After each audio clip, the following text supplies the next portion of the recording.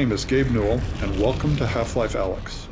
To say this product was a challenge would be an understatement. It's our first Half-Life title in over 10 years, and it's our first one in virtual reality.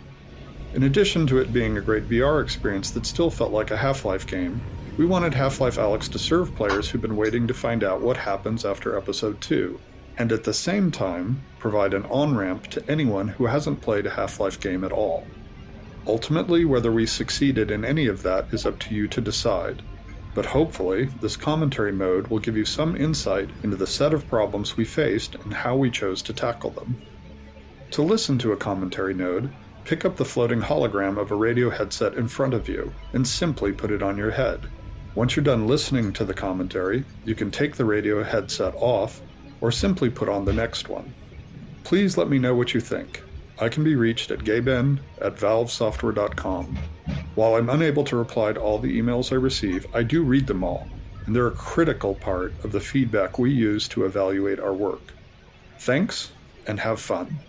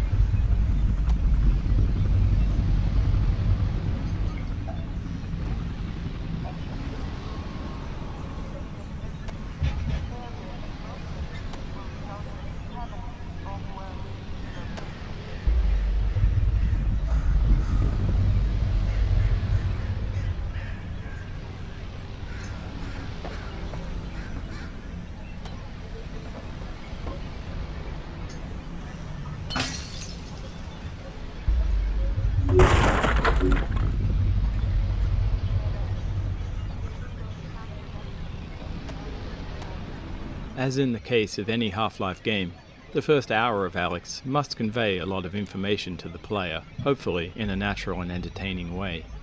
Players need to know who they are, where they are, what kind of world they're in, who the other important characters and factions are, and so on. At the same time, they need to learn how to actually play the game. How do they move? What can they interact with and how? What should they be trying to do, etc. Figuring out exactly what information we would try to convey in these first two levels, and how it would be conveyed, took us over 2 years of playtesting fused by something less important. So over the next 2 levels, we'll use commentary nodes to point out some of the specific places where we grappled with conveying information to the player. In between these nodes, you'll likely be able to spot many other examples for players to find, if they're interested in paying closer attention and understanding more.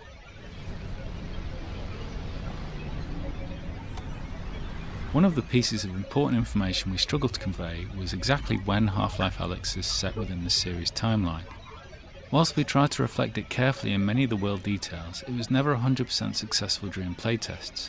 Eventually, we decided it was too important to be left to the players to figure out, and so we put it in our opening text crawl. The Citadel's incomplete state did provide us with an early opportunity to reinforce the timeline visually. Half-Life Alyx takes place 5 years before the events of Half-Life 2, in which the towering Citadel represents the Combine seat of power. As we see here, however, early Combine infrastructure is a cluttered mess of cables and unusual structures sprawled all over the city, surrounding the Citadel's construction, and served as a useful indicator of the time frame. We went on to reinforce this impression in other places throughout the following level. Combine architecture tends to be abstract in scale and form, so we included some familiar visual cliches of human construction.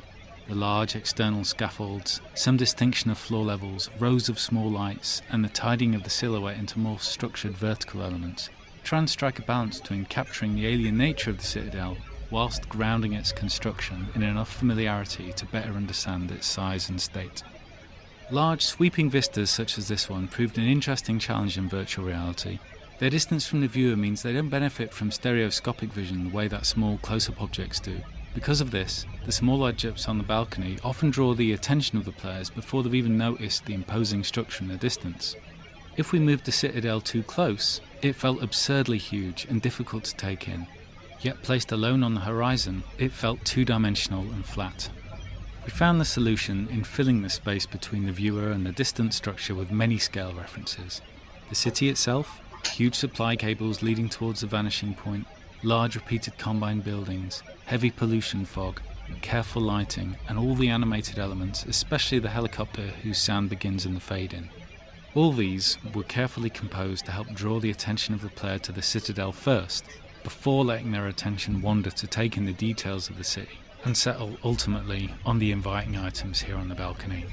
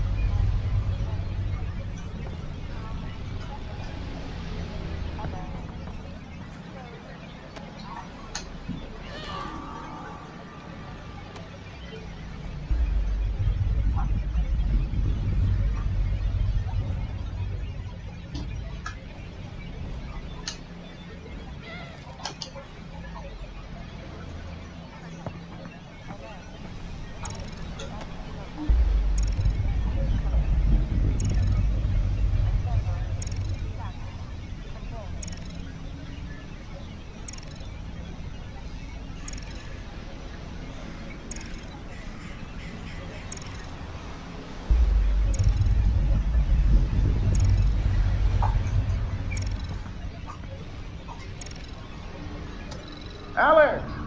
How's it looking up there? It's good, Dad. Metrocop movement is normal. Same for the Combine patrols. How's it going in the stockyard? One Combine mini reactor from a shipment of 4,000. They're never going to miss it. Here, see for yourself. And not only that, someone's hacked into the Combine construction network. Don't get greedy, guys. We're not made of time here. 1 minute and I'm out, guaranteed. Oh, also, I spotted the Combine moving supplies into the quarantine zone. That place has been deserted for years. That is all. What? Well, we'll look into it when we get back. Meet back at the safe house, baby. We'll be there soon. It looks like... What is it, Russell? What'd you... Terrific. In these first areas of the game, we grappled a lot with the density and prioritization of the information we were conveying to the player rooms because players were acclimatizing to being in VR, often for the first time. In addition, different players progress at different speeds. We saw some players spend 30 seconds on the opening balcony and others 30 minutes. As a result, we did a lot of iteration over the set of opening areas, each time changing what information we tried to convey and where. Initially, the video call from Eli took place in the later refuge room with the Snarkin camcorder, but players were often too engrossed in interacting with all of the detail in that room to pay attention to the conversation between Eli and Russell. We moved the video call out to the starting balcony, but there it distracted from the establishing shot of City 17 and the Citadel. It also came at a time when players were still figuring out core game elements like movement and hand interaction with the world.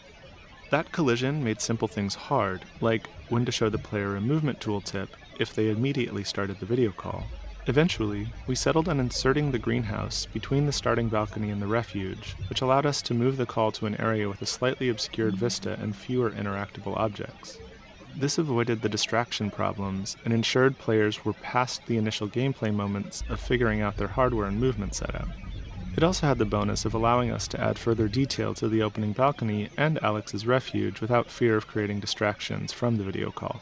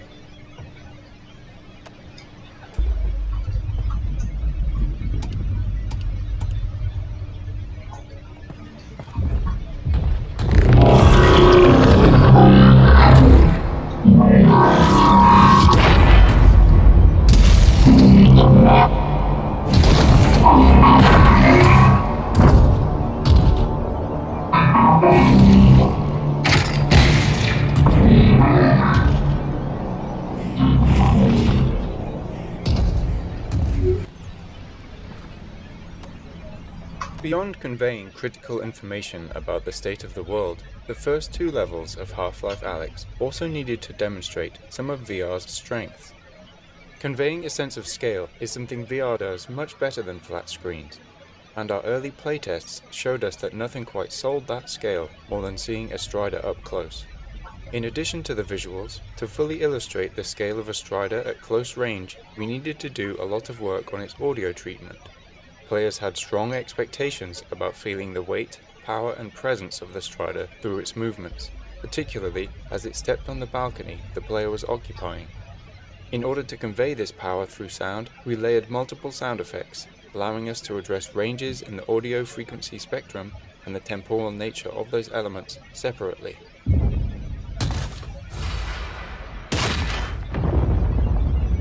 We then combined those elements in the Source 2 audio engine to control them as one sound.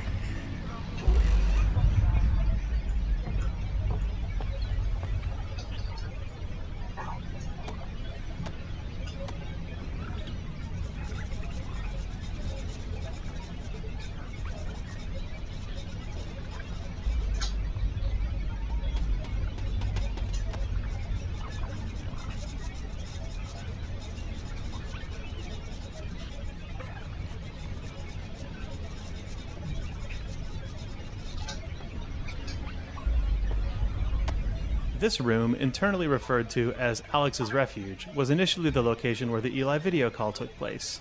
However, once that video call was moved out to the balcony, this room was freed up to solve other problems. In the Half-Life series, we've always tried to ensure that there's generally enough narrative for all players to understand where they're going and why, but for players who slow down and pay attention, there's more detail that can lead to a greater understanding.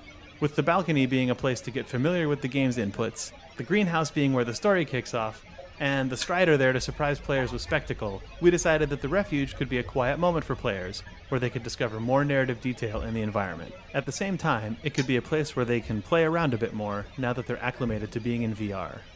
Spending time in the Refuge is meant to bring players into Alex's role in the Resistance and her place in the world. We wanted it to feel like a real stakeout spot, where Alex had been cooped up for weeks or months while planning the heist, doing research on the Combine.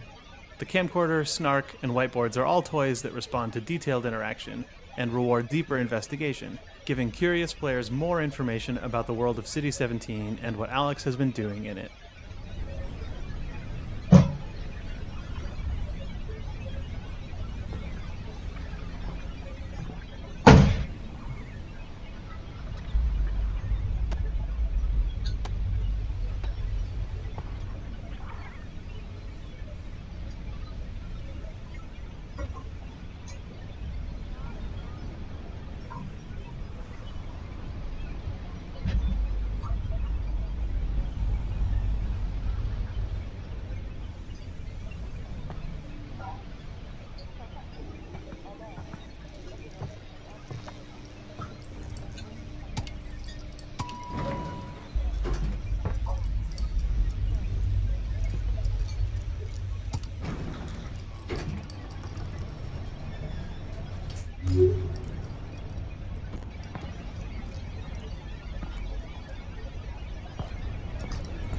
Alex, are we good?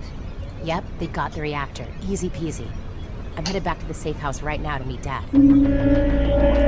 Go! We'll be in touch. Stay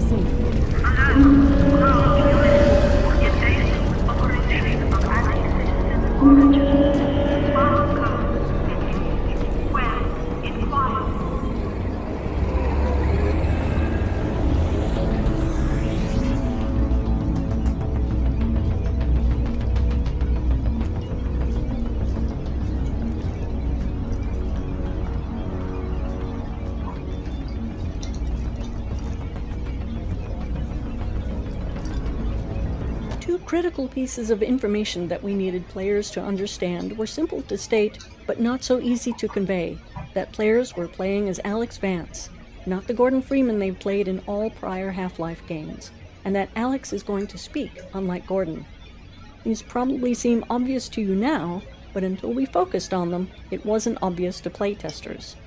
Ensuring that everyone realized they were playing as Alex was something we decided to hit with the biggest hammer we could, and name the product after her. But even with that, we were very careful in Eli's video call to ensure it's reinforced immediately. Olga, the character introduced here, was added to further drive it home by calling out when the player exits the elevator. Olga is the first character the player meets in person, and her dialogue here, and again ahead in the alley, is aimed at driving home the fact that she's conversing with the player, and that the disembodied female voice the player hears is Alex speaking back. This was harder to convey in Eli's video call, because it already features Russell speaking off-screen, whereas in this scene, there's clearly no one else around in the conversational space other than Olga and the player. Without Olga, we found that, even though they had already spoken to Eli and Russell over the video call, playtesters still didn't feel like they were Alex.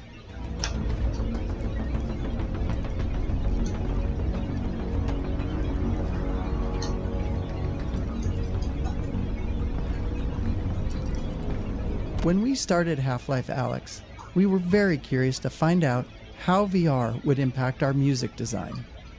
The Half-Life series has always used music sparingly, often leaving the ambient sounds of the world to provide the audio background. But it is a tool we like to use to highlight moments where the world state has changed in some important way. In this case, that something's riled up the Combine.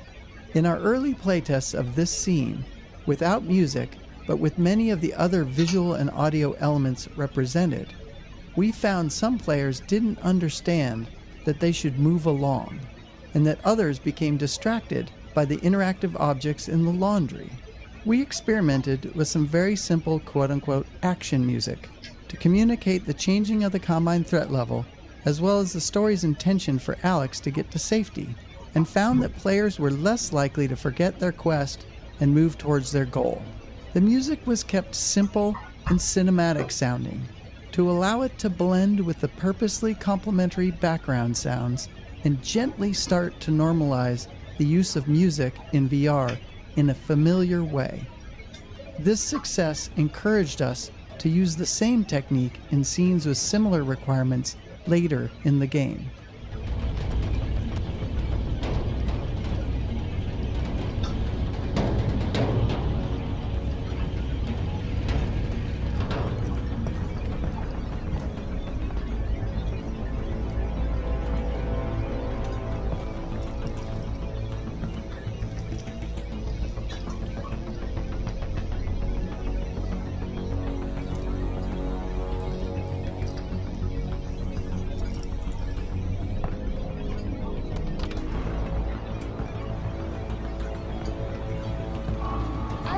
Alex, over here!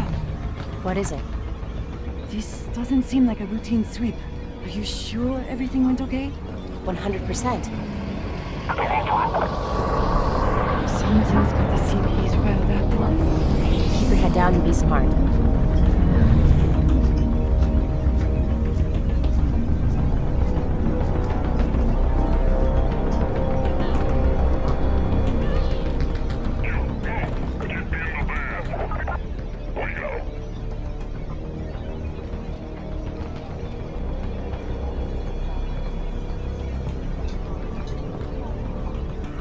The remainder of this level is designed to continue informing the player about the world they're in, and to support the increase in the Combine's alertness.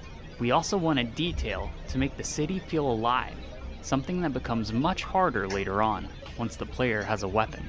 This was tricky to design due to the challenge we're often faced with, the friction between narrative state and gameplay state. Here, the narrative implies that Alex should be making her way back to Eli as quickly and quietly as possible. But gameplay-wise, we're at the start of the game, and players are still testing the limits of everything they can see and touch. Unsurprisingly, playtesting showed us that some players would dedicate themselves to following the narrative and quickly move through the area, while others would completely ignore the narrative and explore every nook and cranny. While it's tempting to simply remove all distractions in an attempt to unify all players towards following the narrative, it would send the wrong signal about the density of our world and how the game intends to reward players for exploring it. So we spent months refining this section, adding, changing, and removing elements. We tried to find the right level of narrative tension, where players felt like they should be moving along, but not so quickly that they can't stop to tinker with something. We put in enough interactive objects and narrative moments where players were always rewarded for looking around, but we designed all those distractions to end quickly, so we could encourage players to continue moving along.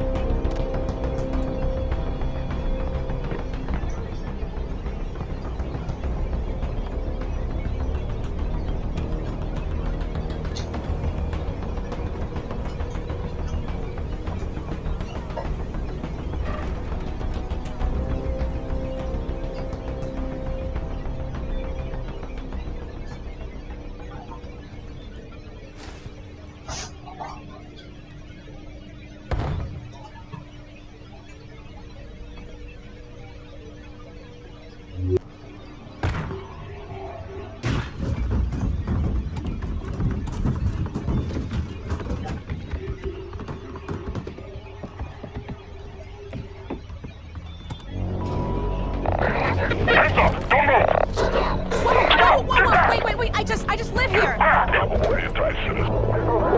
Wait. Don't shoot.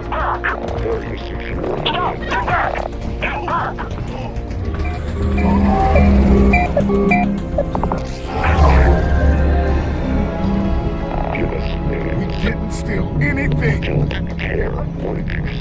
No one! I didn't see anyone!